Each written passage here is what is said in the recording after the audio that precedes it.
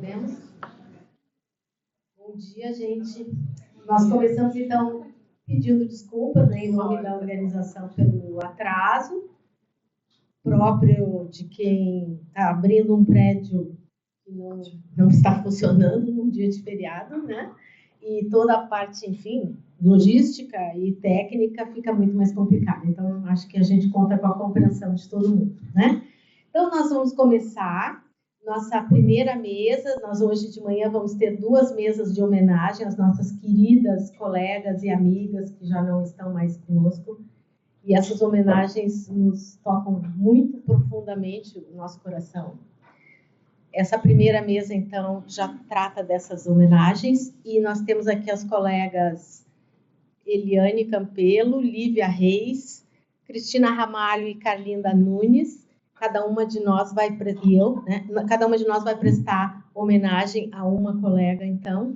E eu começo logo, sem mais delongas, para não perdermos muito tempo. Minha queridíssima homenageada, quem tenho a honra de homenagear, é Ana Luísa Amaral, que está aqui atrás, né? Como lembrar Ana Luísa Amaral? É difícil escolher por onde começar a prestar essa homenagem. Começo por evocar a colega tão cara ao nosso GT e a tantos professores e pesquisadores brasileiros que com ela conviveram. Mas quero falar também de uma amiga querida e de uma grande poeta. E ainda de uma professora, uma crítica literária, tradutora, autora de literatura infantil, pensadora e estudiosa de referência nos estudos feministas. Falo também da entusiasta organizadora de projetos acadêmicos monumentais, que envolviam grupos imensos em eventos e publicações, como aquele que se dedicou à edição anotada de Novas Cartas Portuguesas 3 décadas depois. Desculpa, eu estou me perdendo. Ou a publicação de Novas Cartas Portuguesas 40 anos depois, que envolveu 10 equipes internacionais e cerca de 60 investigadores, e que resultou na publicação de 2 livros, Novas Cartas Portuguesas entre Portugal e o Mundo e New Portuguese Letters to the World. Este projeto, sob sua coordenação, cartografou o impacto desse livro, Novas Cartas Portuguesas, em países como Alemanha, Brasil, Espanha, Estados Unidos da América, França, Inglaterra, Irlanda, Itália, etc. E ao falar de seus projetos, refiro-me ainda ao grupo de pesquisa Intersexualidades, vinculado ao Instituto de Literatura Comparada Margarida Lossa, da Universidade do Porto, que reuniu e ainda reúne pesquisadores em perspectiva interdisciplinar e interseccional de Portugal, Brasil, Espanha, Estados Unidos, França, Itália, Reino Unido e Suécia. Como vemos, são muitos os modos de lembrar Ana Luísa Amaral. Ocorre-me uma pergunta semelhante, embora inversa à primeira. Como não lembrar Ana Luísa Amaral? Como esquecer o seu humor, a sua alegria, sua afetuosidade, seu bacalhau demolhado por 3 dias para o Natal, seus muitos amigos, a cadelinha Millie, homenagem a Emily Dickinson, que geniosa insistia em assustar as visitas, a mesa farta, a acolhida gentil, os bons passeios, a boa conversa. Ana Luísa não separava trabalho e afeto. E isso era uma de suas marcas pessoais. Se gostava de uma pessoa, convidava para trabalhar. Se trabalhava com gosto ao lado de alguém, essa parceria virava amizade. Já estamos aí? Não, é a anterior. Não, agora é a segunda. O mais importante sobre ela já se sabe. Escritora muitas vezes publicada e premiada. Autora de mais de 3 dezenas de livros de poesia, teatro, ficção e literatura infantil, Ana Luísa Amaral tem obra publicada em países como Inglaterra, Brasil, França, etc. Estando ainda representada em diversas antologias portuguesas e estrangeiras. Recebeu uma longa lista de prêmios nacionais e internacionais, entre os quais se destacam o Grande Prêmio de Poesia da Associação Portuguesa de Escritores, o Prêmio de Poesia Italiano Giuseppe Acerbi, o Prêmio Literário Espanhol Leteo, o Prêmio Livro do Ano de Poesia do Grêmio de Livrarias de Madrid, o Prêmio Virgílio Ferreira e o Prêmio Rainha Sofia de Poesia Ibero-Americana. Em 2022, a Associação de Escritoras e Escritores em Língua Galega nomeou a Escritora Galega Universal. Pode ser mais um? Tá. Com o nosso GT, tudo começou em 2015, quando a Ana Luísa chegou timidamente, embora convidada de honra, no Seminário Mulher e Literatura de Caxias do Sul. Não conhecia as colegas, tinha algumas poucas referências, mas ao final de um dia ou dois já estava cantando, tocando em frente conosco a plenos pulmões numa mesa de restaurante. Adorava música, adorava cantar, amava a poesia e sabia milhares de poemas de cor. Sua conferência, encerrando esse seminário, nos arrebatou. Tanto que esse convívio nunca mais parou e cresceu e se desdobrou. No ano seguinte, 2016, a convite do nosso núcleo literatual lá na UFSC, que era coordenado pela Rosana Cássia dos Santos, nossa colega aqui do GT, a Ana Luísa cumpriu um período inesquecível como visitante em nossa universidade. Já no ano seguinte, foi conferencista convidada no Seminário Mulher e Literatura da Federal da Bahia, sob o comando de Nancy Vieira, nossa colega, onde voltaria em 2018 para o Congresso Intersexualidades e Interseccionalidades, idealizado por ela e coordenado pelos colegas Paulo Garcia da UNEB e Emerson Inácio da USP. Assim foi se construindo essa convivência tão cheia de momentos inesquecíveis. Acredito, entretanto, que de tudo que pode e merece ser dito sobre essa figura única que é a Ana Luísa Amaral, o mais importante é nos debruçarmos com um pouco mais de carinhosa atenção à sua poesia. Por isso, trago uma leitura que apresentei na Universidade do Porto este ano, por ocasião da homenagem que lhe foi feita pelo Instituto de Literatura Comparada Margarida Lossa, através do evento Um Poema ou Uma Emoção, ler Ana Luísa Amaral. Integrando as atividades referentes à sua indicação como figura eminente da Universidade do Porto nos anos 2023 e 2024. O poema escolhido por mim foi Minha Senhora de Quê? E trago aqui... Daqui a pouquinho. Já pode. E trago aqui na certeza do profundo significado que ele tem para a história do feminismo e para todas nós que o estudamos. Minha Senhora de Quê? Dona de quê? Se na paisagem onde se projetam pequenas asas deslumbrantes, folhas, nem eu me projetei. Se os versos apressados me nascem sempre urgentes, trabalhos de permeio, refeições doendo a consciência inusitada. Dona de mim nem sou, se sintaxes trocadas, o mais das vezes nem minha intenção. Se sentidos diversos ocultados, nem do oculto nascem. Poética do Hades, quem me dera. Dona de nada, senhora nem de mim, imitações de medo, os meus infernos. Não é esse aí. Esse poema dá título ao primeiro livro de Ana Luísa Amaral, de 1990, e faz referência muito clara ao poema de Maria Teresa Horta, por demais conhecido na tradição literária portuguesa recente, que é Minha Senhora de Mim, de 1971.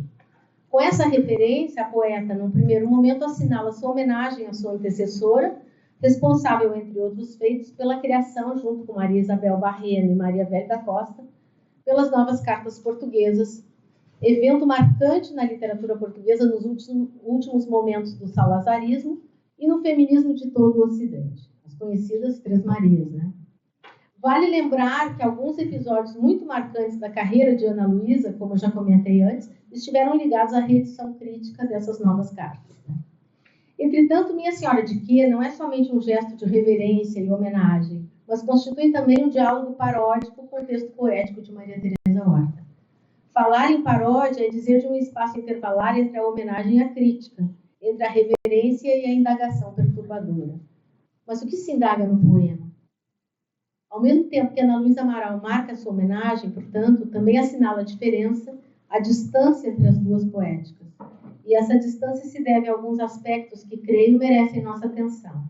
O primeiro deles pode ser considerado exatamente a distância que separa os anos 1970, quando Maria Teresa Horta escreveu Minha Senhora de Mim, dos anos 90, quando Ana Luísa Amaral produz o seu texto poético. Em outras palavras, podemos pensar no que significaram essas duas décadas para as mulheres, desde o grito representado pelas novas cartas portuguesas, contrariando os brandos costumes do salazarismo português, em manifestação literária e política, através da qual as três Marias, corajosamente, como Mayna Mendes, puseram ambas as mãos sobre o corpo e deram um pontapé no cu dos outros legítimos superiores. Não, agora fica aí mesmo. Não, volta. É preciso assinalar que no poema Minha Senhora de Quê... Ai, desculpe, volta para o Minha Senhora de Quê. Isso. É preciso assinalar que no poema Minha Senhora de Quê há uma pergunta sugerida na afirmação que desde o título se propõe. E essa pergunta, Minha Senhora de Quê, embora não explicitada em pergunta, vai ecoar nos versos que se seguem. Dona de quê? Dona de mim nem sou. Dona de nada, senhora nem de mim. Essa primeira sugestão trazida pelo título do poema vai servir como provocação à leitura da tradição sugerida por Maria Teresa Horta. Mas ao não se definir como pergunta propriamente dita, vai nos deixar na vertigem de uma outra coisa, que não se resume à paródia, nem à provocação, nem à homenagem. Maria Teresa Horta, no poema Minha Senhora de Mim, nos remete à tradição das cantigas dos trovadores, citando também Sá de Miranda, e ao fazê-lo, a sujeita poética se apropria de si mesma, recusando o que é desfeito no interior do meu peito. Isso é Maria Teresa Horta. Portanto, se Minha Senhora de Mim já constitui um gesto iconoclasta e paródico, podemos pensar em Minha Senhora de Quê como paródia de paródia. Desde o grito libertário das Três Marias, que ecoou pelos quatro cantos do Ocidente, 20 anos depois, eis que Ana Luísa retoma esse grito, mas em outro tom, o tom de quem acredita e se soma, mas também de quem faz deslizar os sentidos das palavras trazidas no primeiro poema em outra direção. Nesse deslizamento de sentidos, muitos deles são alterados, fazendo aparecer a diferença que atravessa 2 décadas, mas, acima de tudo, que faz diferirem as duas poetas e suas poéticas, as certezas de uma e a dúvida plantada pela outra. Dona de quê? Senhora de quê? As questões nos sugerem prestar contas das mulheres em relação a essas 2 décadas. O que mudou? O que não mudou? O que permanece como prescrição e opressão, indicando ainda o assujeitamento do sujeito feminino? Se na tradição sugerida por Maria Teresa Horta em Minha Senhora de Mim, o sujeito poético se apropriava de si ao afirmar eu sou senhora de mim, em Minha Senhora de Quê, essa apropriação de si é questionada e parodiada. Minha Senhora de quê, afinal?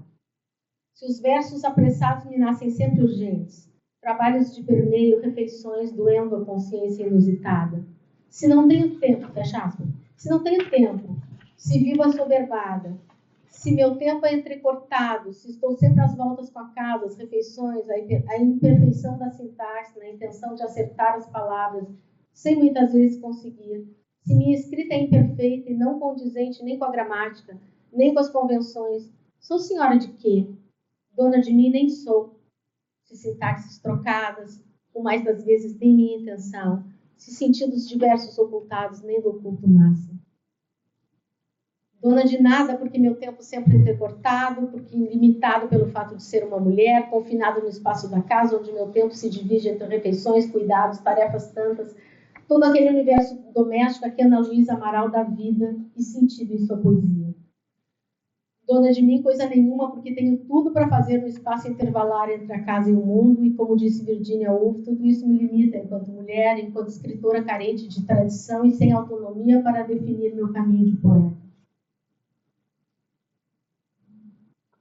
Entretanto, mais além do isso, a condição da luta com as palavras, essa luta vã, fazendo reverberar Drummond, me ultrapassa e vai além dos papéis de gênero e me desafia a ser alguém que não consigo ser.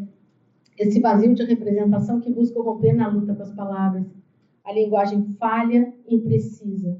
Ana Luísa Amaral, no texto Desconstruindo Identidades, ler novas cartas portuguesas à luz da teoria queer, lembra o papel precursor de Teresa de Lauretis, que propôs uma reflexão sobre a dificuldade de as mulheres falarem e se representarem dentro de uma linguagem e de um aparelho conceitual criado pelos homens.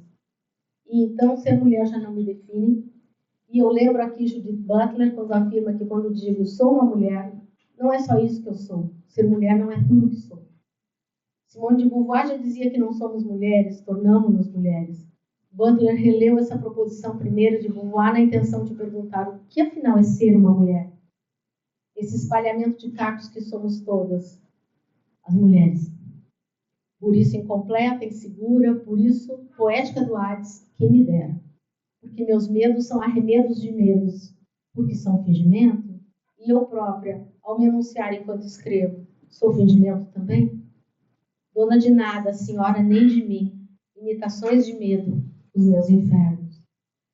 E para além das indagações sobre ser mulher e sobre lugares de gênero e revolta e reinvenção, a sujeita poética se pergunta se pode ser considerada sujeito. Senhora, dona, se não me afirmo diante da paisagem do mundo, nem encontro as palavras para representá-lo, se na paisagem onde se projetam pequenas asas deslumbrantes, folhas, nem eu me projetei. Se minha representação é falha e fingida, se nem a poética do Hades é para mim, se meus infernos e meus medos são arremedos de medos e de infernos, quem sou eu? O que é uma mulher? E mais, o que sou eu, sujeito poético mulher? Para encerrar, eu gostaria de pular para o último slide. Gostaria de compartilhar com vocês o poema Testamento, tão significativo para nós que convivemos hoje com a sua viva lembrança. Esse poema se dirige à filha, uma filha criada na linguagem do poema, mas também a Rita, a filha da vida real, tão próxima e tão amada, e por que não, tão próxima também a nós todas, suas companheiras e amigas. Testamento. Vou partir de avião e o medo das alturas misturado comigo faz-me tomar calmantes e ter sonhos confusos. Se eu morrer, quero que a minha filha não se esqueça de mim, que alguém lhe cante mesmo com voz desafinada e que lhe ofereçam fantasia mais que um horário certo ou uma cama bem feita. Dei-lhe amor e ver dentro das coisas, sonhar com sóis azuis e céus brilhantes em vez de lhe ensinarem contas de somar e a descascar batatas. Prepare minha filha para a vida se eu morrer de avião e ficar despegada do meu corpo e for átomo livre lá no céu. Que se lembre de mim, a minha filha, e mais tarde que diga à sua filha que eu voei lá no céu e fui contentamento deslumbrado ao ver na sua casa as contas de somar erradas e as batatas no saco esquecidas e íntegras.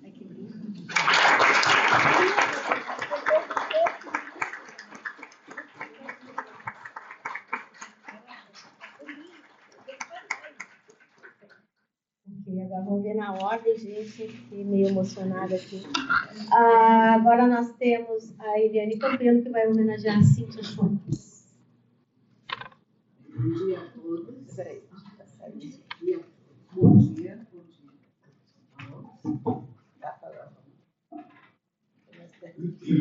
Agora.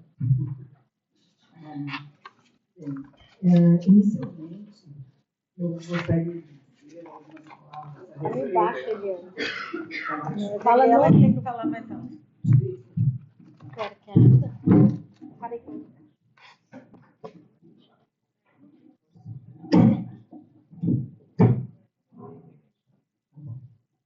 Inicialmente, eu gostaria de dizer de fazer algumas referências a respeito da minha relação com a Cíntia, que foi, eu escrevi aqui, sempre foi bem frágil, não por não ser possível, mas pelos poucos momentos que nós dividimos alguma atividade no Mulher Literatura ou até fora dele. A primeira relação, o primeiro encontro meu com a Cíntia foi nos antepassados idos de 1998, na URGS, quando ela estava fazendo a sua tese de doutoramento, orientada pela professora Rita Schmidt, que também foi minha orientadora. Ela defendeu em 1998 e eu em 2000. Então, havia encontros assim, muito esparsos e de pouca atuação. Né? Além disso, houve uma outra ocasião, eu até trouxe aqui, que é uma relíquia, um momento no Fazendo Gênero, que se realizou em 2002, coordenado pela professora Simone, e neste encontro, a Cintia e eu participamos de uma mesa chamada Figurações do Feminino, inclusive coordenada pela Peônia Guedes, né, que eu acho que muitas de nós conhecemos. E, nesse momento, a Cintia apresentou um trabalho intitulado Em Nome da Igualdade. E estamos lado a lado. Então, eu quero dizer, reforçar, né, a forma como eu comecei, que foram relações muito frágeis, né, nesse sentido, de pouco relacionamento. Mas, ainda continuando, depois, em 1995, estamos as duas também participando do livro coordenado e organizado, publicado pela professora Márcia Rocha Navarro, que também será homenageada nesse dia, hoje, amanhã. E aqui também estamos as duas participando. Bom, mas eu acredito que a parceria entre nós as duas vai se solidificar um pouco mais quando participamos do livro coordenado pela Ildinei, a Ildinei não está, né? Ildinei, a Cláudia de Lima Costa, a Isabel, que deve estar aqui, e a Ana Cecília Lima, que se chama... fizemos um trabalho, né, são as traduções da cultura, e nós traduzimos o texto intitulado Infecção na Sentença, Escritor e Ansiedade de Autoria, da Sandra Gilbert e Susan Huber. Então, fizemos um trabalho, mas não tivemos um encontro pessoal. Hoje em dia, é possível realizar assim, de forma à distância, né? Mas, de qualquer maneira, foi um trabalho assim, bem... houve assim, muita sintonia nesse trabalho. Lógico, uma tradução exige isso, né? Entre nós as duas. Após essas datas, nós não mais nos encontramos. E aí surge esse convite para que eu fale sobre a Cintia. Então, eu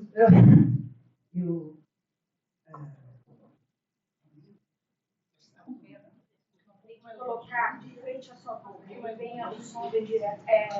Da boca ou Desloca, tu centraliza o microfone e desloca um pouquinho o texto, mais fácil.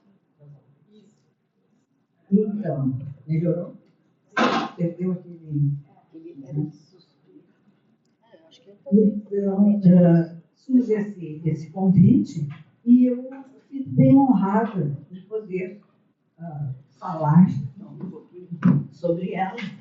E nesse momento eu quero agradecer à professora Adriana Alexandrino, que foi quem me deu assim, algumas notícias, porque trabalha na UNB, onde Cintia trabalhava, e me deu algumas notícias a respeito de como eu poderia chegar a algumas informações a respeito dela, né?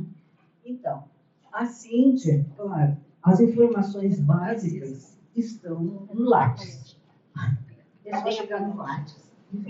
Nós vamos andando. Então, a Cintia, vocês estão vendo aí, ela trabalhou, né, em 3 universidades, basicamente, começando na Federal de Pelotas, ela é gaúcha, como eu, e trabalhou lá no UFPEL, de 89 a 92, depois trabalhou na Universidade Federal do Acre e, finalmente, na Universidade de Brasília, por tempo mais longo, né, de trabalho universitário, de 2004 a 2023. As linhas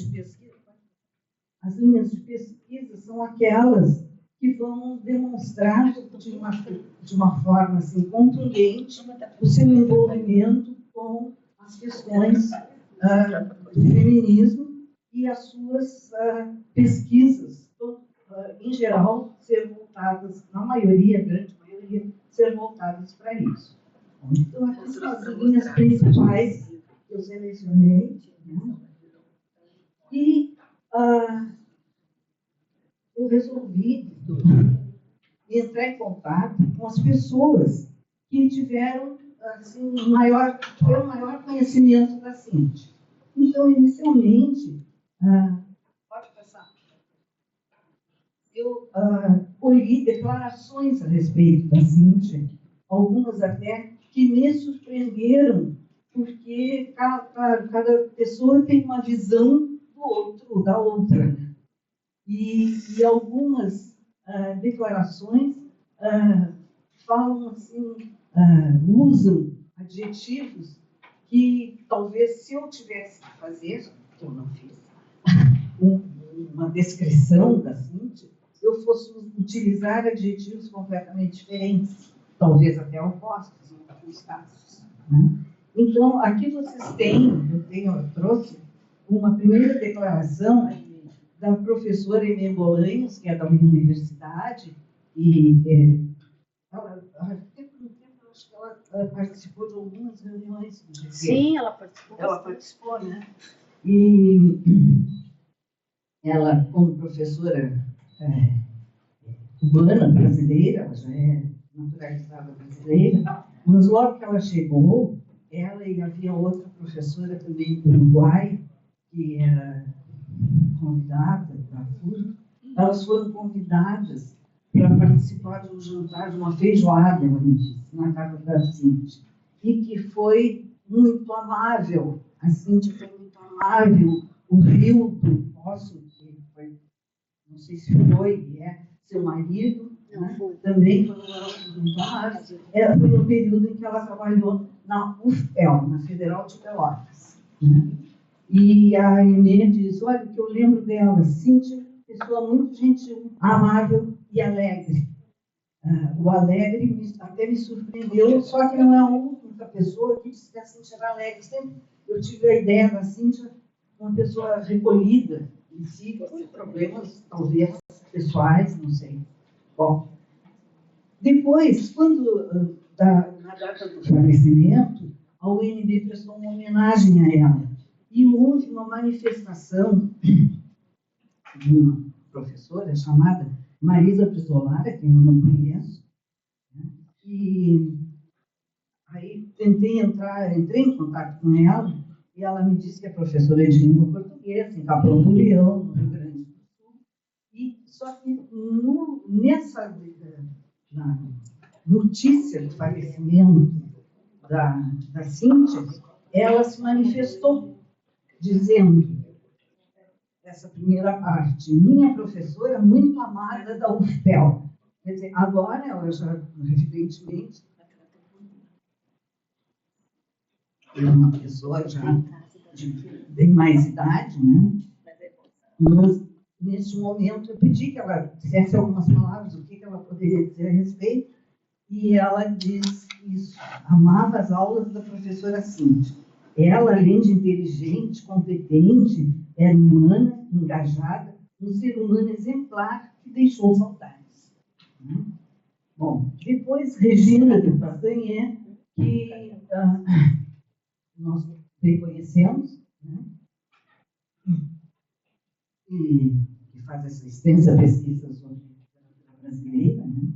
Ela vai se manifestar também dizendo que a Cíntia era, além de uma pesquisadora séria e compenetrada, uma pessoa aberta para as inúmeras possibilidades dos estudos literários. Ela abrigava e trazia para o grupo, a partir de suas orientandas, os mais diversos temas e abordagens, e isso só enriquece nossas discussões, né?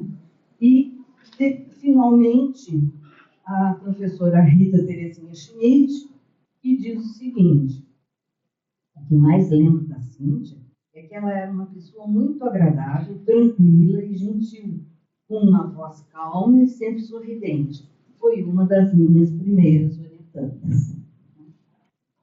Complementando essas declarações, eu soube também, através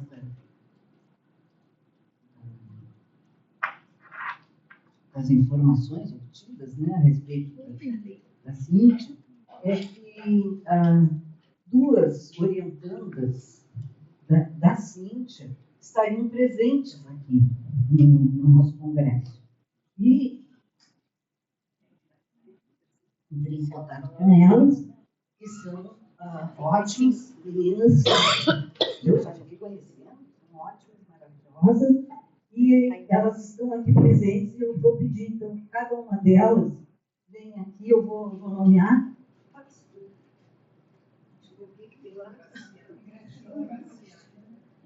A Graciane. Graciane é a primeira. Então, a Graciane é doutora em literatura, foi orientanda no doutorado, né, pela Cíntia, pela Universidade de Brasília, e a tese dela é Mitologias do Imaginário em Borges, uma poética da leitura, que foi em 2021. Então, Graciane, pode vir até aqui, eu te empresto aqui. Acho que pode ser, né? E a Graciane vai dizer umas poucas palavras. Melhor pegar a mão.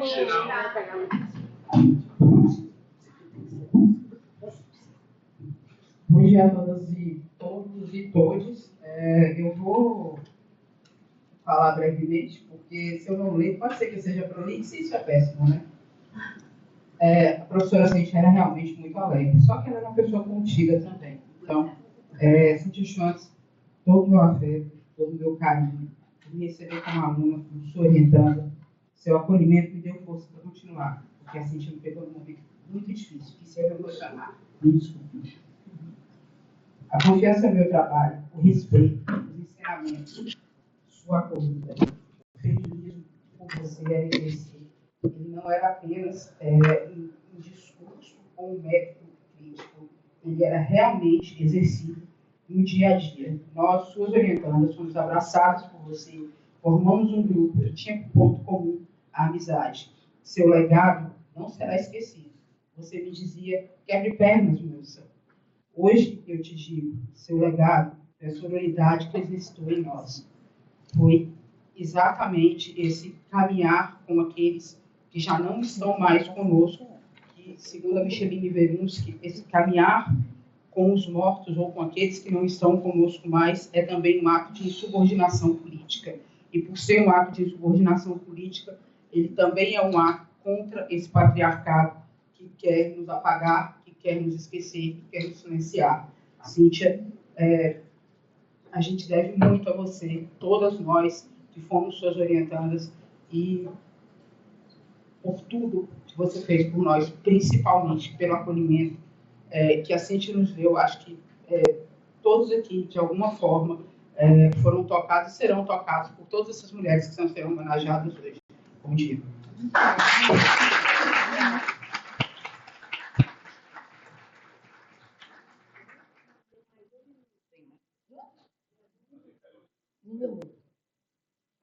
Dani, tens 1 minuto para falar sobre a Cíntia. E o resto que eu tinha aqui, fica bom.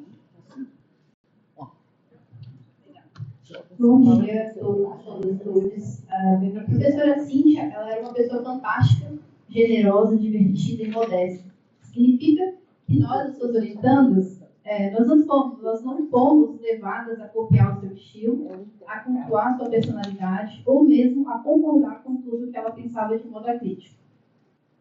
Ao contrário, para ela, nós também éramos pessoas, cada uma com seu talento, a sua história e a sua peculiaridade. Cada uma de nós era um poderoso devir pelo qual ela torcia genuinamente e contribuía no que fosse necessário. Por tudo isso, todas nós nos sentimos inspiradas a sermos docentes e pesquisadoras profundamente comprometidas.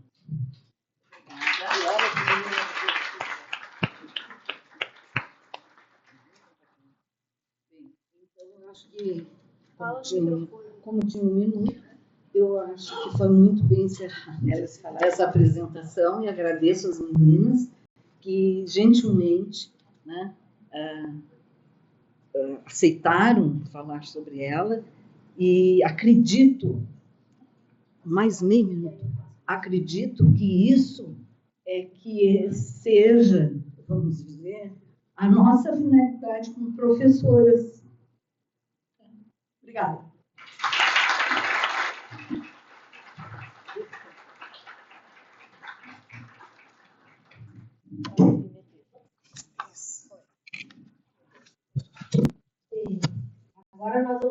palavra para a professora Lívia Reis, da casa, que vai falar da Lucilena Viana para nós. Bem, bom dia a todos, a todas e todos, etc. Bem, é um prazer estar aqui na minha casa pela terceira vez celebrando um seminário Mulher e Literatura. O primeiro eu ainda não era professora daqui, o segundo eu organizei junto com a Lucilena e a Euridice. E aqui estou de convidado desses jovens professores maravilhosos, Ana e Max. Eu estou aqui com um problema também, parece que está piscando assim, ó. Tem uma microfone. É que a minha energia quando o microfone está dando certo. Choque. Não, então, com isso eu começo. Não, tá com a microfonia. Será que é o meu celular? Você que Sabe, muitas vezes aqui eu falo, gente, eu esqueço o microfone, falo do meu relógio. Vamos lá. Eu não estava nem segurando. Ups, agora tá? Tá bom? Tá bom. Beleza? Então vamos lá. Começa de novo. Então, é um prazer estar aqui nesse terceiro seminário Mulher e Literatura na UF. Eu sou Lívia Reis, tá bom? Mais? Gente, mas daqui a pouco paro com isso, falo assim. Tira o relógio, o celular, parece que eu estou passando no aeroporto. Parece que eu estou passando no iPad, tirou o relógio. O tênis agora tem metal. Para quem não gosta de tecnologia, bem, toda. Agora está bonitinho. Então, vamos começar tudo de novo. É isso, eu sou Lívia Reis, eu sou professora daqui, dessa casa há muitos anos, eu sou a decana do Instituto de Letras, não a mais velha, a decana.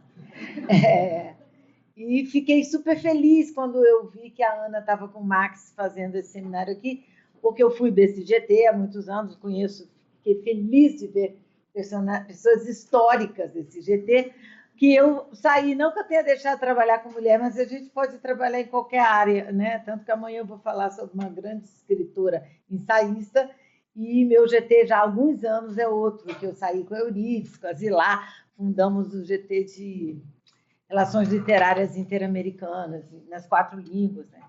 Mas o carinho, quando eu era doutoranda, esse foi o GT que me acolheu.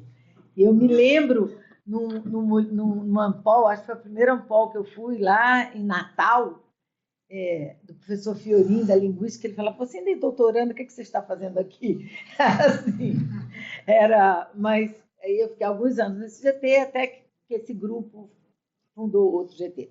E Lucilena também, ou seja, eu não sou, apesar de ter isso aqui, que depois eu vou fazer uma propaganda, já não sei nem se tem a venda, mas esse livro que a gente publicou,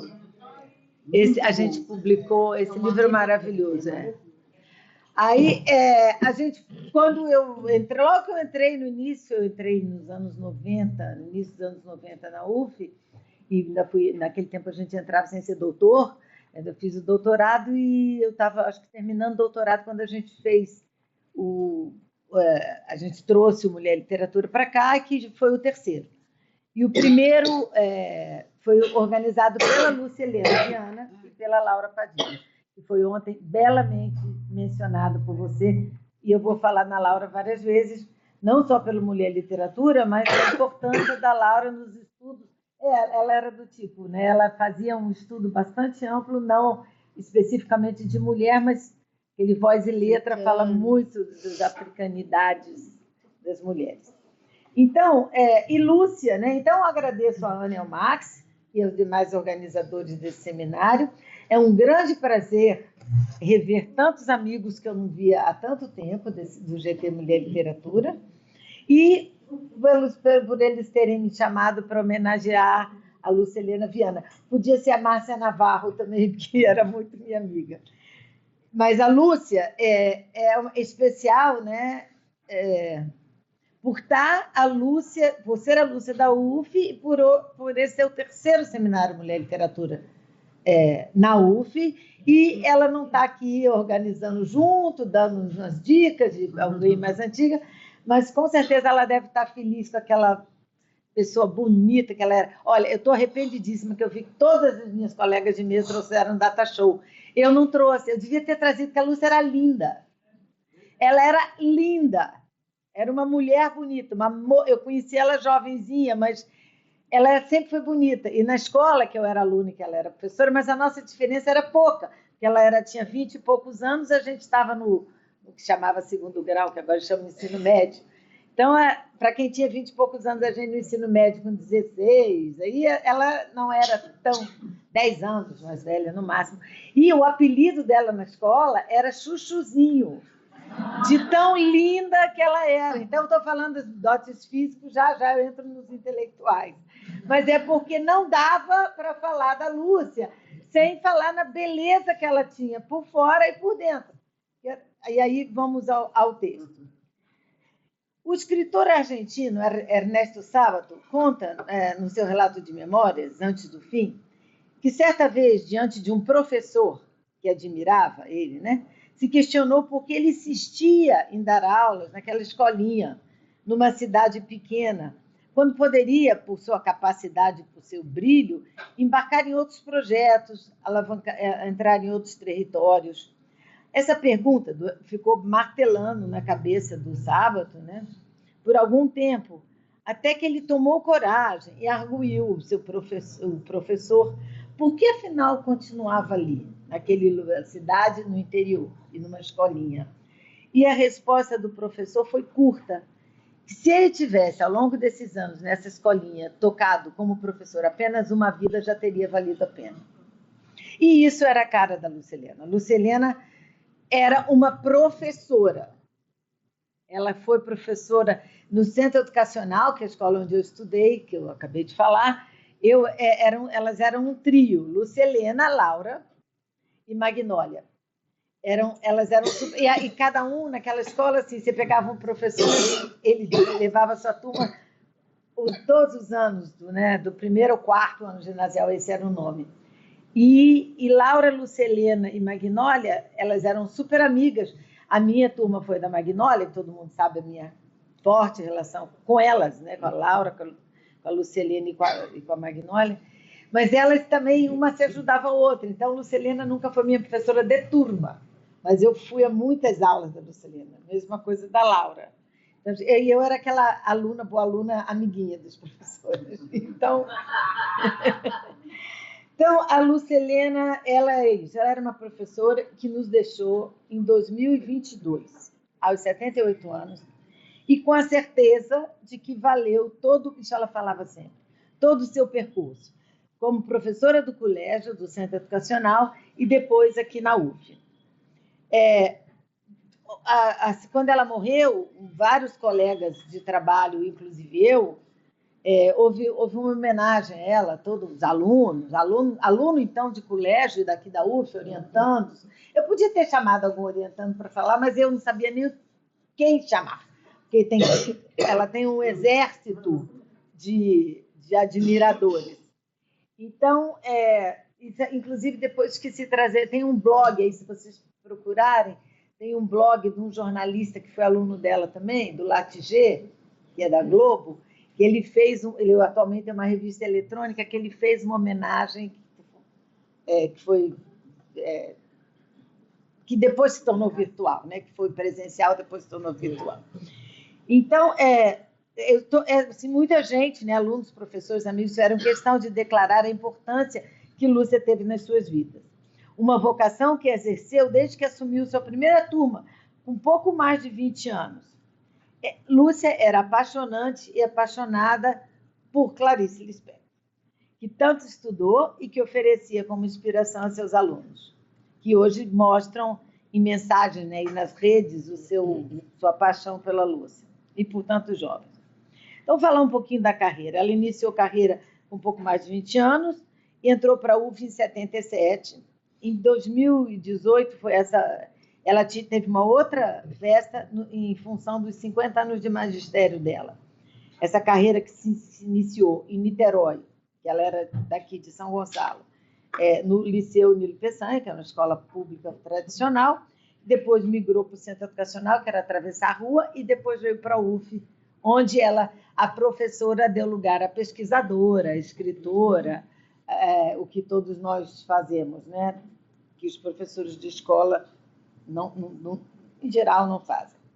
Então, mais tarde, onde sua carreira se consolidou como pesquisadora, Lúcia fez mestrado aqui na UF, sob a orientação de Silviano Santiago, que era nosso professor na época, em literatura brasileira. E publicou, como nossa vida acadêmica, muitos livros, artigos em revistas brasileiras e ela era especialista em literatura brasileira, né?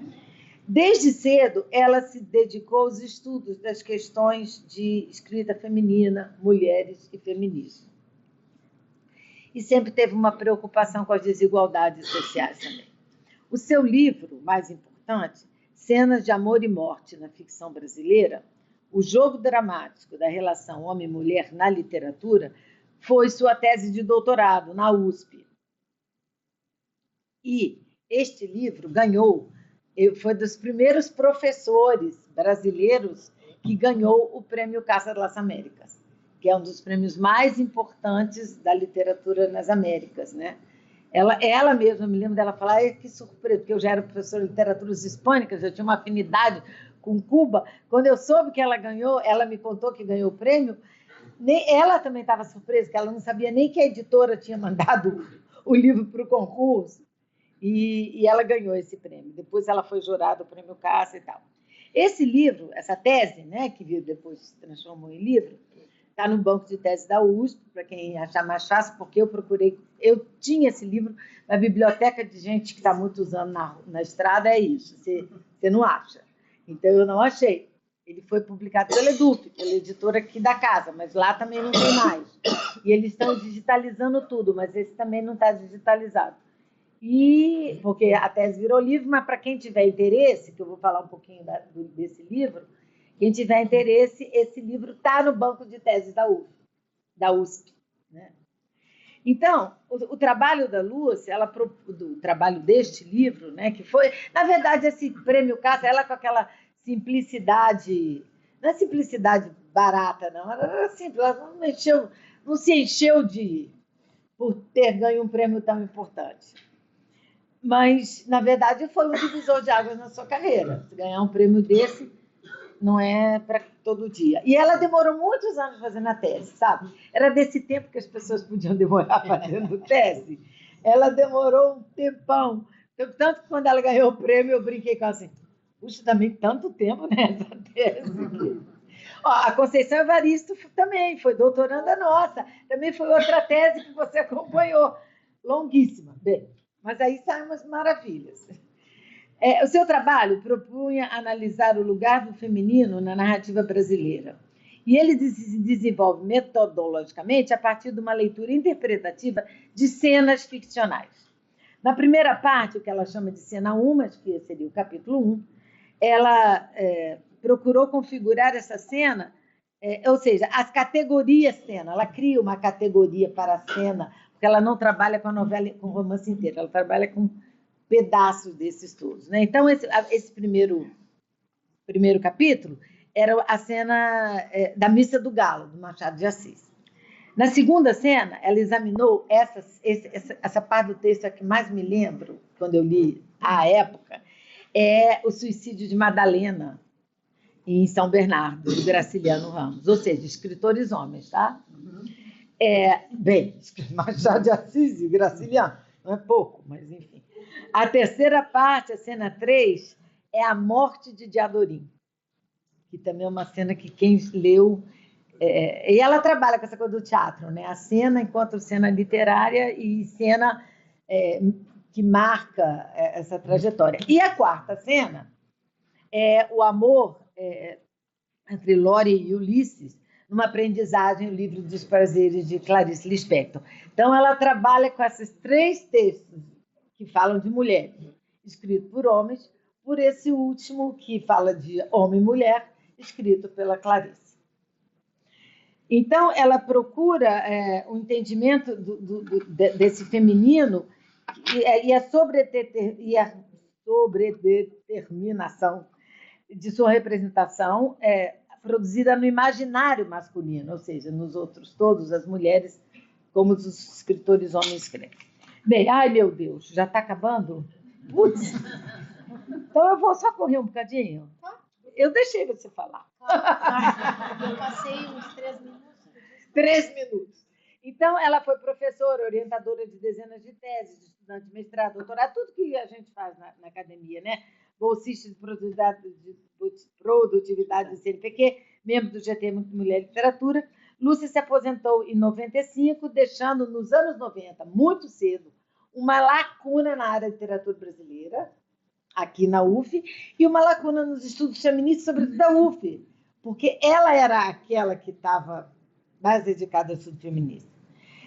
Então, a Eurídice lembra um pouco um texto que ela publicou em 2020 sobre a criação do GT Mulher e Literatura, que vocês conhecem, então eu vou pular aqui para obedecer o tempo.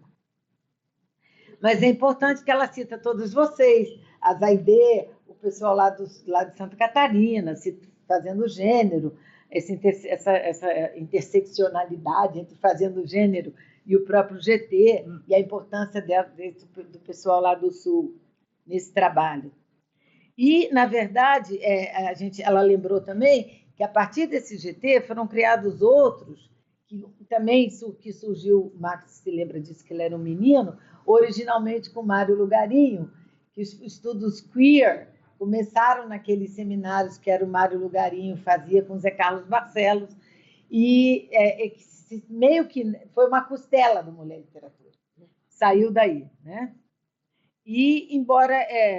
ou seja, esse GT sempre alargou os horizontes nesses estudos. Então, os estudos relacionados ao gênero e ao feminino estavam hospedados, grande parte aqui. Enfim, aí ela fala, voltamos aqui aos seminários, né? O primeiro com Laura e Lucelena, depois Lucelena e eu e Eurídice, que organizamos esse segundo seminário na UF, que era o 7, eu acho, 4, sei lá. E esses livros aqui, esses eu recomendo efusivamente, porque não é porque eu organizei um deles junto com a Lucelena, não, e com a Bernadette, mas esses livros, publicados em 99, eles são, de fato, um turning point nos estudos feministas no Brasil. Não são anais, são textos. Anais também tem texto. Mas isso é um livro, no Lattes de todo mundo aparece como livro, e, na verdade, foi o livro que recolheu mais textos. Eu dando uma olhada para vir aqui hoje, que eu não olhava para ele há muitos anos, é incrível. Muita gente nessa sala tem texto aqui, muita gente que Liane tem, Isabel tem, Simone tem, acho que você tem, quase todo mundo que estava na época trabalhando, eu tenho, enfim.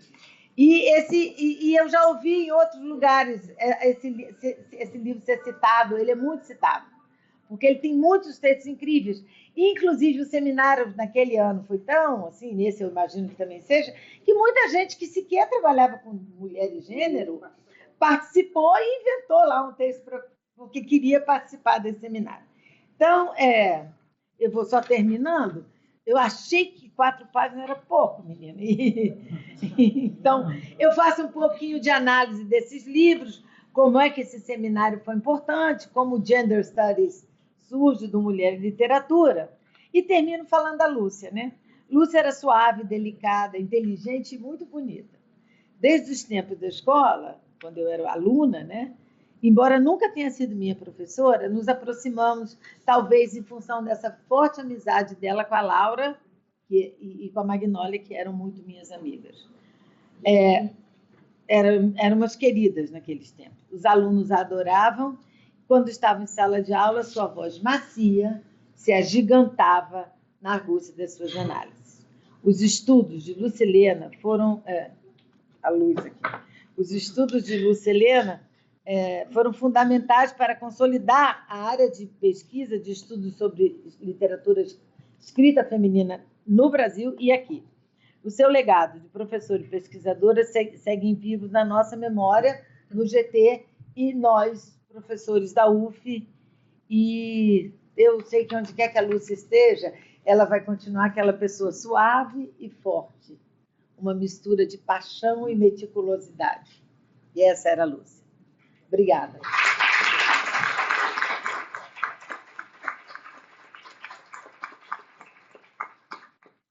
Desculpe pelos minutinhos a mais. Obrigada. Agora, a nossa colega Cristina Ramalho vai falar sobre a Helena Parente Cunha. Cristina também está nesse livro. Carlinda também está. Quase todo mundo que estava aqui está. Bom dia a todos, a todas, a todos. Muito obrigada, Ana e Max. Está funcionando? Não.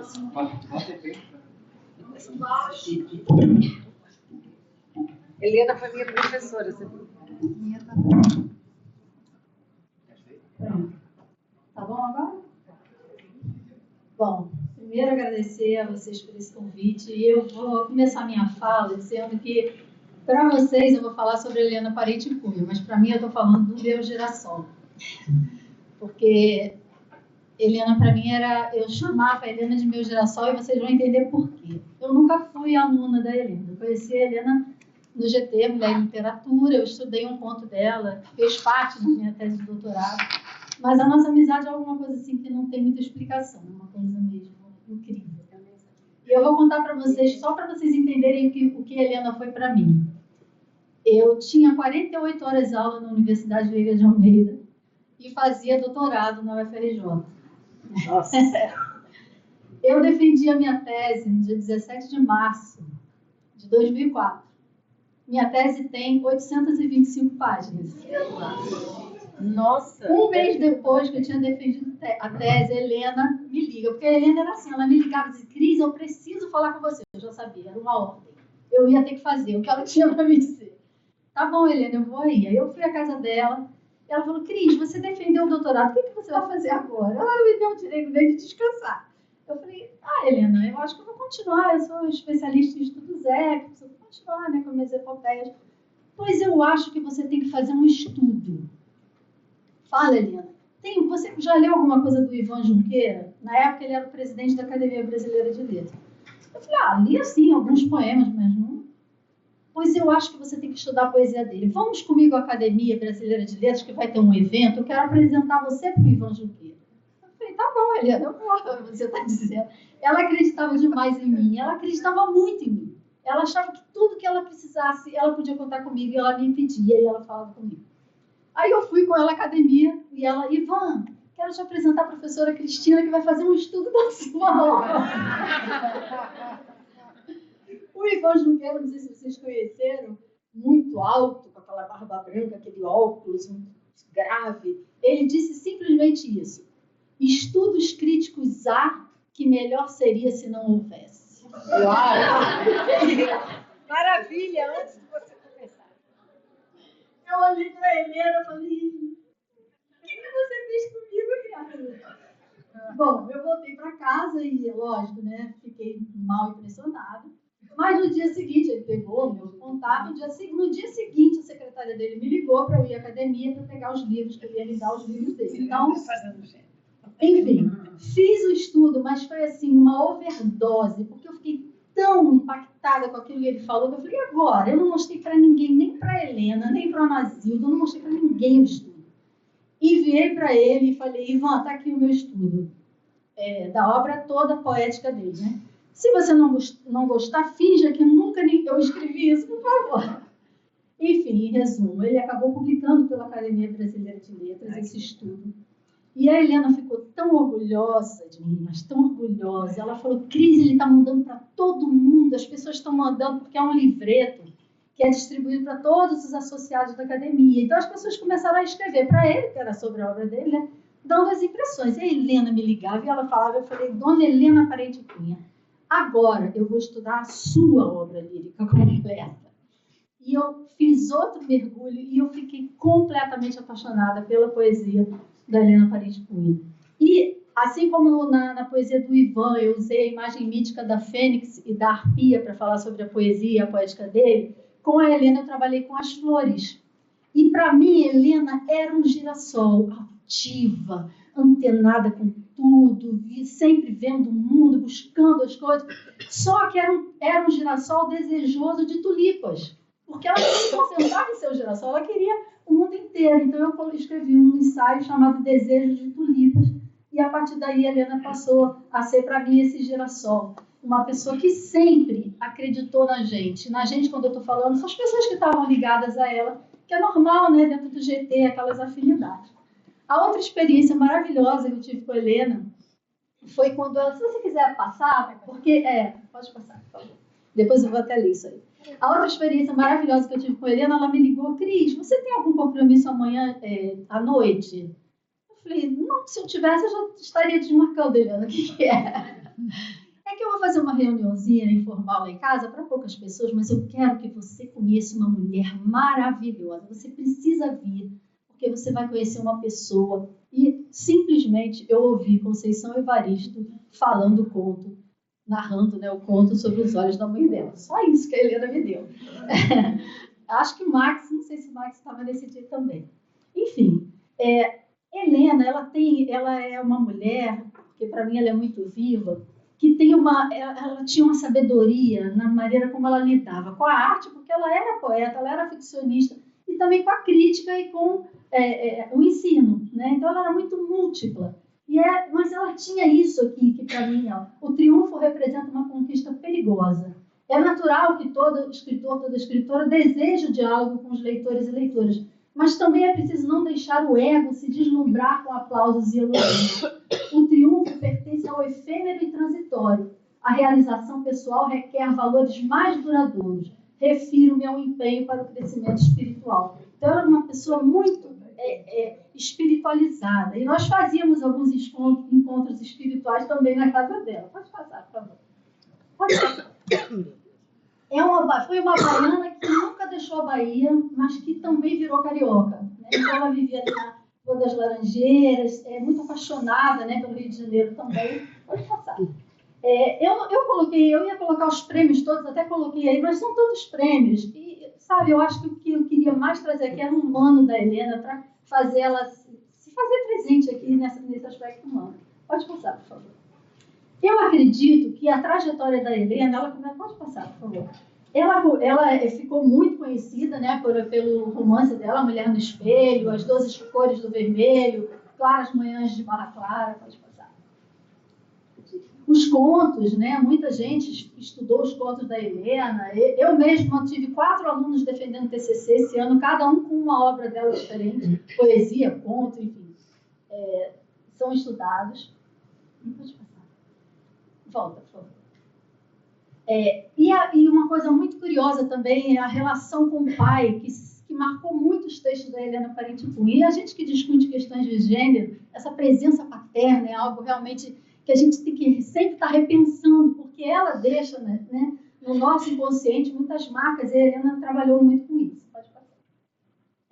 Aí a poesia dela, pode passar. Pode passar.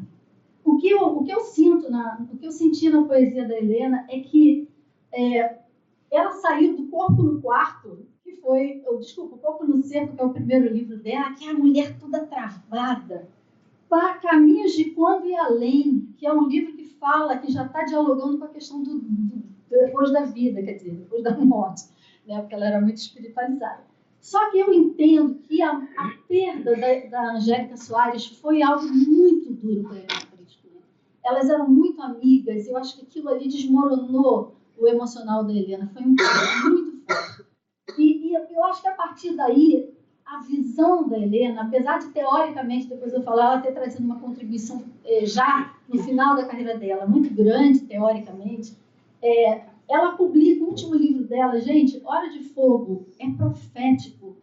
Reúne poemas que ela escreveu a partir de 94, não foi isso? Mas, gente, parece que ela está falando do dia de hoje. Então, ela que tinha uma esperança muito grande de um mundo melhor, muito espiritualizada, ela viu o mundo se deteriorando. E sinceramente, Hora de Fogo é profético. Parece que ela escreveu hoje esse livro, sabe? Então, se vocês tiverem oportunidade de conhecer, pode contar. Ela chegou a ser professora emérita da UFRJ, pesquisadora CNPq, sempre envolveu muita gente. Ana Beatriz, que está ali, Ana Beatriz Paula, uma amiguíssima, que foi a Helena também que trouxe para a minha vida, pode passar. E ela, além de fazer a crítica literária dela, é uma mulher, né, internacional, também com livros publicados fora, pode passar. ela fez esse trabalho de reunir, né, fazer coletâneas através da pesquisa dela, e eu participei desses livros, embora eu nunca tivesse sido aluna, nem participado do grupo, mas ela sempre me convidava. E eu acho que quando ela chega, Caminhos da Violência, em busca da visão compartilhada, ela encontrou a solução teórica para as angústias dela. Ela encontrou uma resposta. Nós só sairemos disso através de uma visão compartilhada, através do amor, né? Então, esse livro é muito bonito, porque ela traz uma solução. Só que, infelizmente, a adesão a essa visão compartilhada, cada dia a gente vê que está mais difícil, né? Pode passar, por favor. Além disso, a Helena também já recebeu várias homenagens. A própria Anélia fez um evento em homenagem a ela. Esse é um livro, 2 ensaios sobre poesia, que eu tive a honra também de ter esse livro publicado, porque eu aí juntei um estudo sobre a poesia do Ivan Juqueira e um estudo sobre a Helena, né?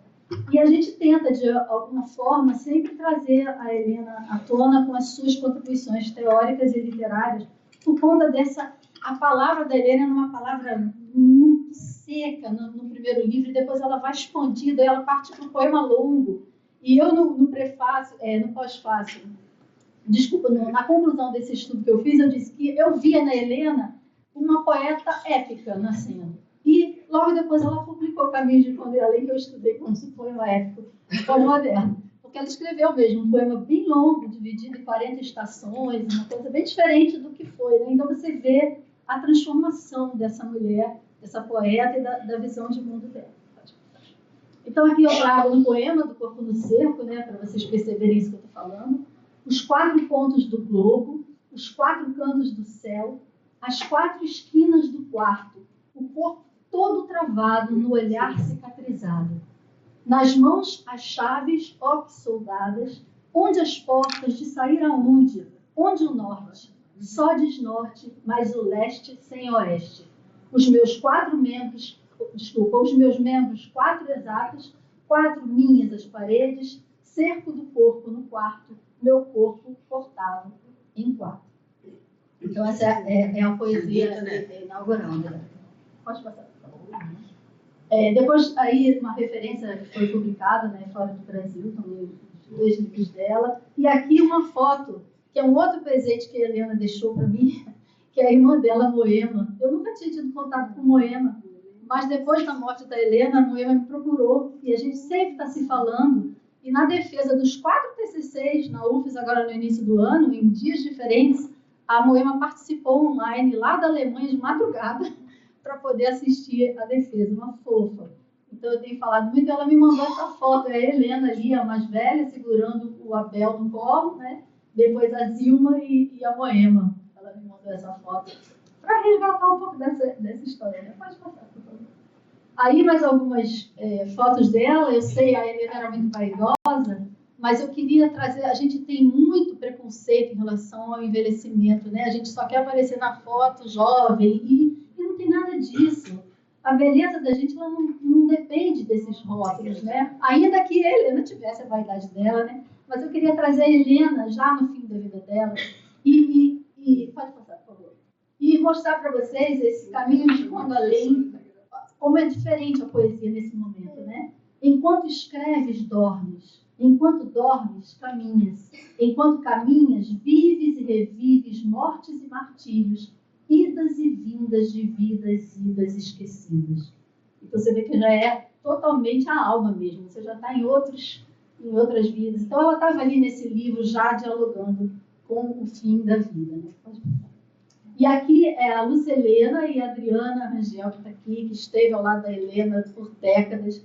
Né? Eu e a Adriana já estamos iniciando o projeto de publicar a poesia completa da Helena Parente Cunha. A gente vai, talvez, a gente não sabe, mas talvez a gente até faça um e-book gratuito mesmo, para todo mundo poder ter e baixar, né? Porque a gente quer. E aqui é a Lucelena, que é a nossa amiga querida. Essa Lucelena, ela foi professora da UERJ, mas hoje ela trabalha com ecologia, Projeto Gaia. Inclusive, meu 4º casamento, ela foi para Aracaju fazer meu 4º casamento, porque ela faz casamentos espirituais. Maravilhosa, por isso que está dando certo.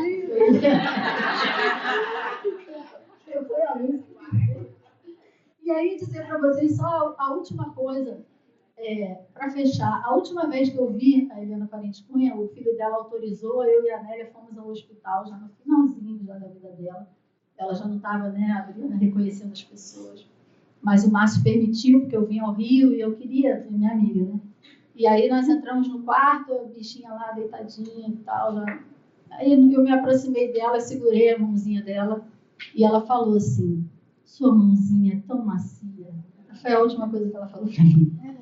Mas para mim, eu levo isso metaforicamente. Ela estava dizendo para mim: leve a vida dessa maneira, seja macia com o mundo, com as pessoas, com a vida.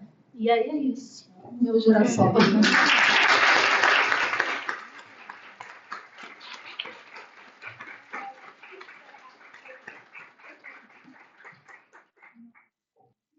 Bom, então nós vamos passar para a última apresentação dessa mesa, que a Carlinda Nunes vai fazer, professora Carlinda, sobre Maria Consuelo Cunha Campos.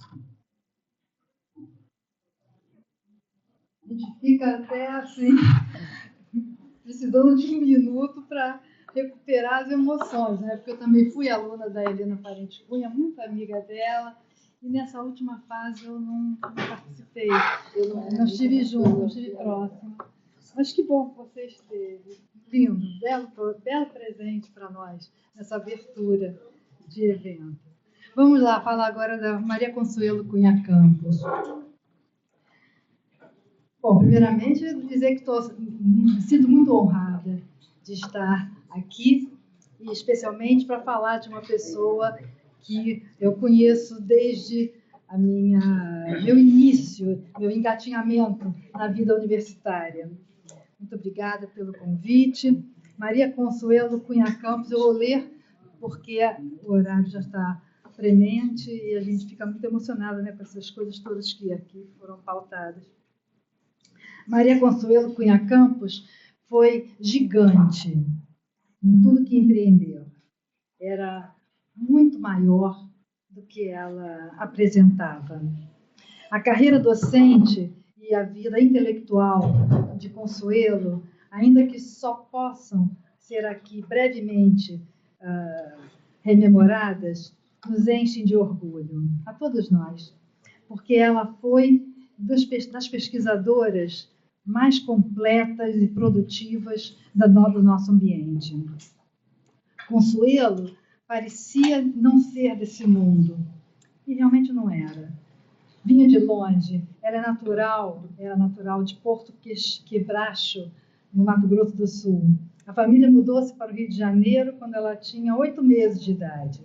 Estudou no Colégio Santa Rosa de Lima, em Botafogo, das Freiras Dominicanas.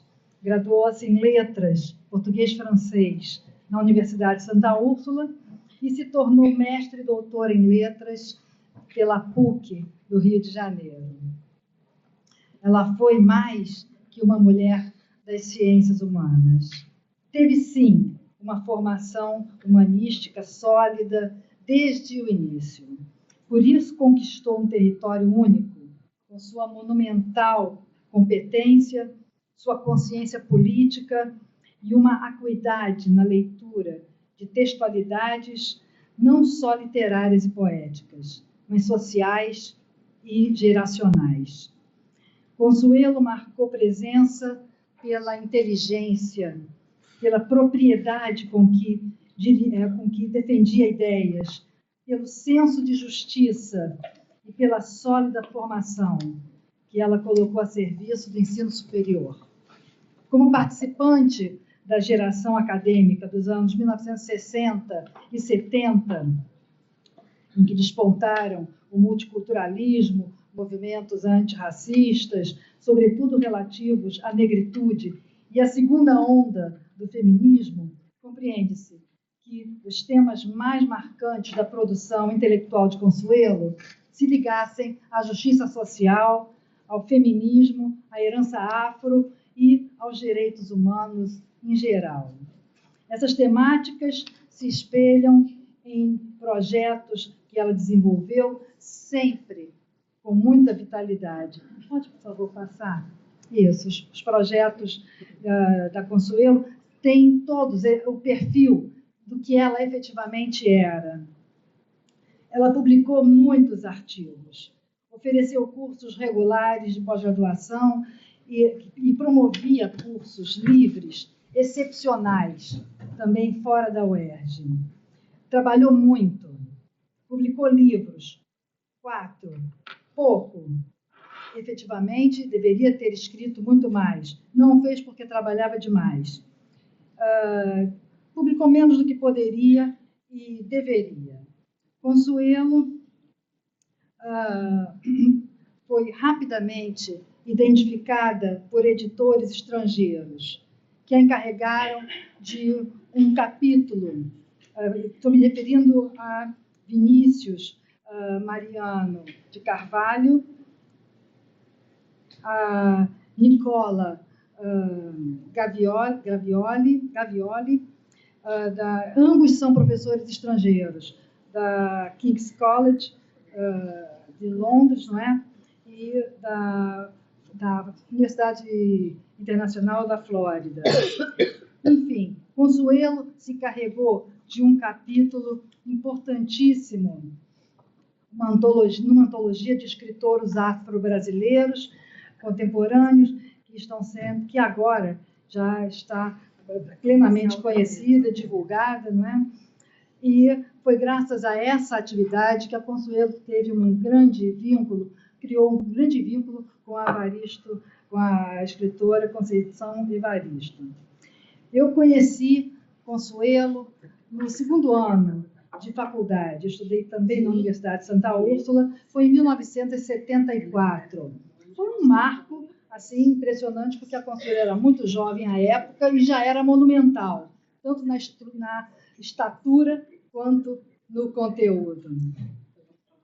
Naquela época, a Consuelo já iniciara o doutorado na PUC do Rio de Janeiro.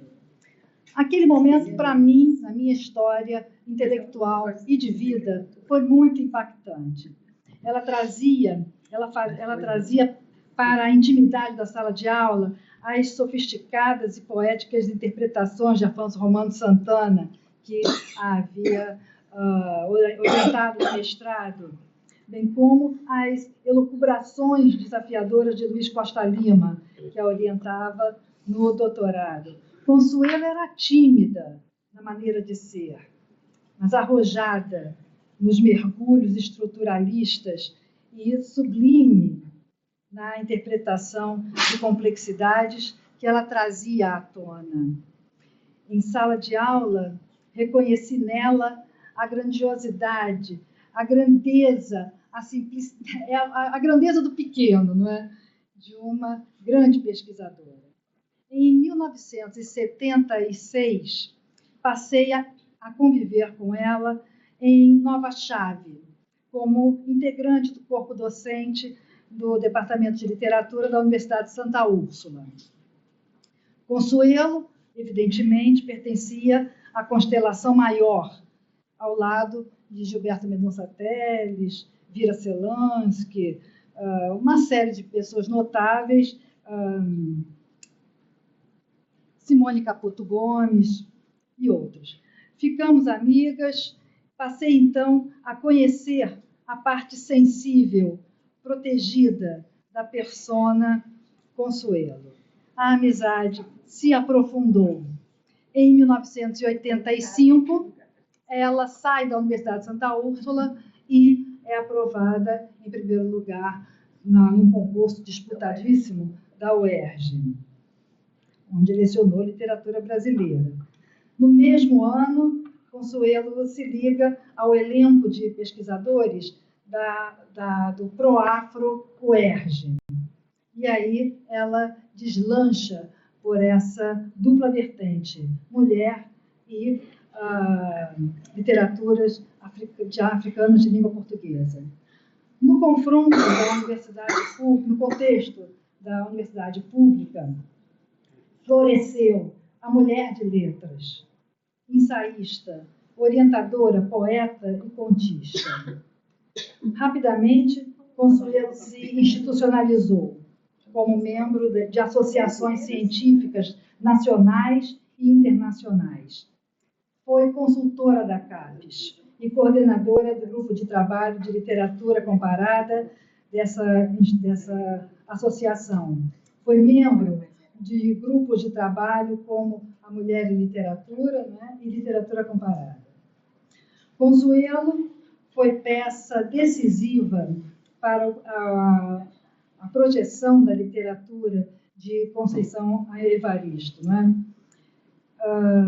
Em âmbito nacional e internacional. Estou cortando aqui uma opção de coisas porque a hora já está muito avançada, né? Importantíssimo constatar o quanto a Consuelo foi inseminadora e estimulante nas pesquisas que, a princípio, quando ela começa a militar nos campos menos conhecidos e consagrados, o quanto ela colaborou com um entusiasmo, uma garra, uma força, uma vitalidade inacreditáveis, né?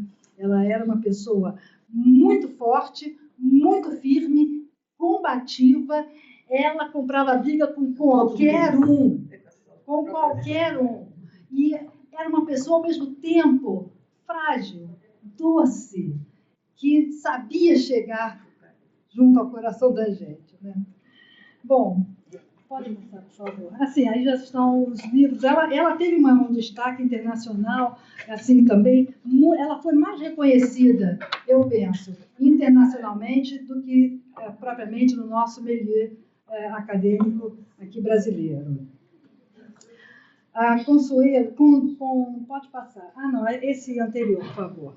Com Doris Sommer, coordenou a primeira parte do terceiro volume da obra coletiva Culturas Literárias na América Latina e cooperou com a professora em um dos seus ensaios, parte do projeto Rethinking Latin American Literature, da Universidade de Toronto, Canadá. Ela tinha uma projeção e uma recepção muito boa nos meios acadêmicos fortes, quentes, internacionais. Isso eu pude ver na Alemanha.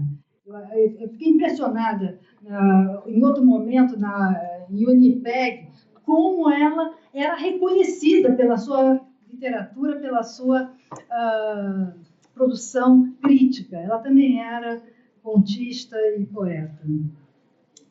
Consuelo era incansável. Participou de publicações no Brasil, Estados Unidos e Canadá, e fez comunicações, mesas redondas, oficinas, em congressos e seminários do Brasil, Estados Unidos, Holanda, Itália. Recebeu prêmios, tanto literários quanto homenagens especiais pela sua produção ficcional, poética e ensaística. Nossa admirável colega trabalhou no inventário do arquivo Carlos Drummond de Andrade. Eram vizinhos, eram amigos. Acho que a Consuelo tinha uma paixão pelo Drummond. Eles foram, até certo ponto, quer dizer, dois tímidos, né? Dois tímidos não dá muito, não rende muito, né? Mas os dois viviam, um provocando, estimulando, incentivando o outro, né? Havia ali um caso de amor. Eram muito amigos. E ela se empenhou muito no inventário do acervo de Drummond, né, que se encontra na casa de Rui Barbosa, e eu mesma já pesquisei lá, pesquisei inclusive sobre a Consuelo em outros momentos, e nesse arquivo do Drummond, a Consuelo tem 9 entradas, tem uma carta, que eu pensei, meu Deus, eu tenho que ler essa carta. 9 páginas, em que ela comenta o livro Corpo. Quer dizer, como se ela estivesse discutindo com o Drummond, ali na carta que ela mesma estava escrevendo. São coisas, assim, fenomenais, não resta a menor dúvida. Consuelo, repito, era muito maior do que aparentava.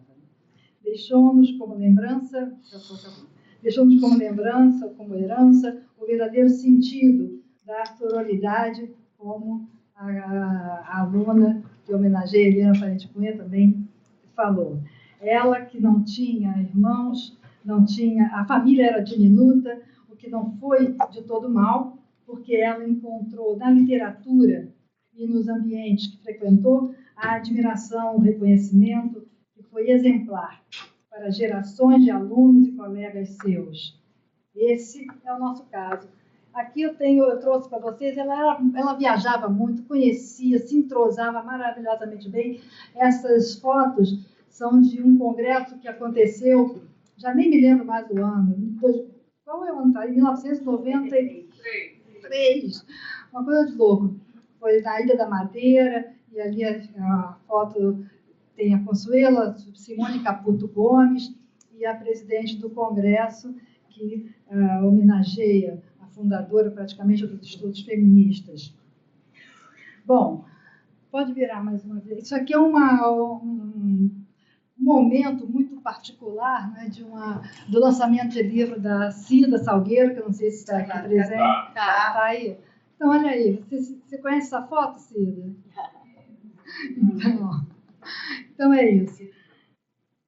Eu só posso aqui agora terminar dizendo que agradeço a oportunidade de falar, de lembrar de Maria Consuelo Cunha Campos, de quem eu muito me orgulho de ter sido discípula e amiga. Uma salva de palmas para Cida.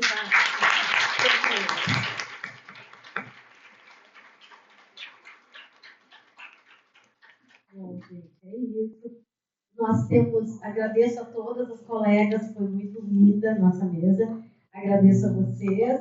E temos 5 minutos de intervalo e em seguida retornamos para a segunda mesa. Vai ter que ser. Vou dar três recadinhos, então.